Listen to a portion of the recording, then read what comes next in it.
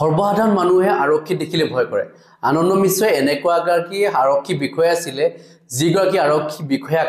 লগ কৰিবৰ কাৰণে মানুহে ৰৈ থাকে তেখেতক সাক্ষাৎ কৰিবৰ কাৰণে মানুহ দূৰ দূৰণিৰ পৰা আহিছিলে আপোনালোকে জানে যে অসমত যেতিয়া তেখেতে সাৰ্ভিস দি আছিলে প্ৰথমতে ধুবুৰীত দিছিল তাৰপিছত নগাঁও দিলে তাৰপৰ লখিমপুৰত দিলে আৰু সেইগৰাকী আনন্দ মিশ্ৰক লগ কৰিবৰ কাৰণে বহুত দূৰ দূৰণিৰ পৰা মানুহ আহিছিলে আমি জেনেৰেলি দেখা পাওঁ যে এজন আৰক্ষী বিষয়াক লগ কৰিবলৈ যোৱা সকলে তেওঁ যিটো ফিল কৰে এজন আৰক্ষী বিষয়াক লগ কৰিবলৈ গলে যিটো মনোভাৱ লৈ যায় কিন্তু তেওঁক লৈ সেই মনোভাৱত যোৱা নাছিল কোনো ব্যক্তি তেওঁৰ পৰা কিছু উপদেশ লবলৈ গৈছিল কিছুমান ব্যক্তি তেওঁক লগ কৰি ভাল পাইছিল তেওঁ যিখিনি উপদেশ সেইখিনি তেওঁলোকে পালন কৰিছিল সেইগৰাকী আনন্দ মিশ্ৰই আজি